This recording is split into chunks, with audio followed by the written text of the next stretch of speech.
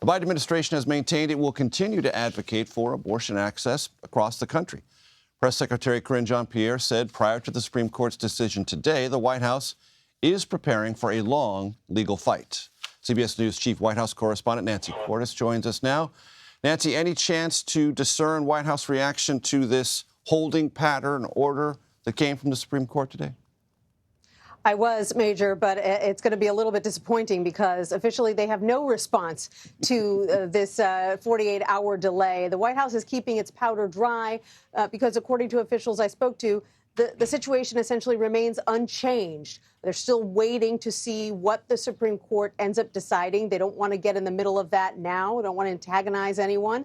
And so they're watching and waiting as they make it clear that on the broader issue of whether this abortion medication should be available or not, they come down very strongly on the side of it should be available. They argue that it is safe, that doctors, as Jan discussed, vastly believe that it has been safe and effective for decades, that it was approved by the FDA, and that it shouldn't be up to one federal judge in Texas to change all that.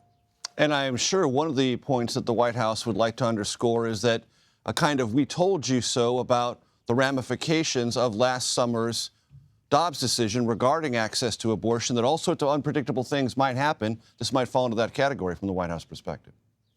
Sure. And they're also talking a lot about some of these new state laws that are popping up, it seems, weekly in red states, in particular, in the case of Florida just last week, restricting abortion to just the first 6 weeks of pregnancy, a point where many women don't even realize they're pregnant, and eliminating, for the most part, exceptions for rape and incest, telling women that they need to go to the police if they want to make the case that they actually were raped before they can get an exception to get an abortion, something that a lot of women, particularly young women who are in that very difficult situation, are uncomfortable doing for a variety of reasons. And so they are making the case, and we've seen the vice president in particular be very vocal about this, going across the country to talk about this issue.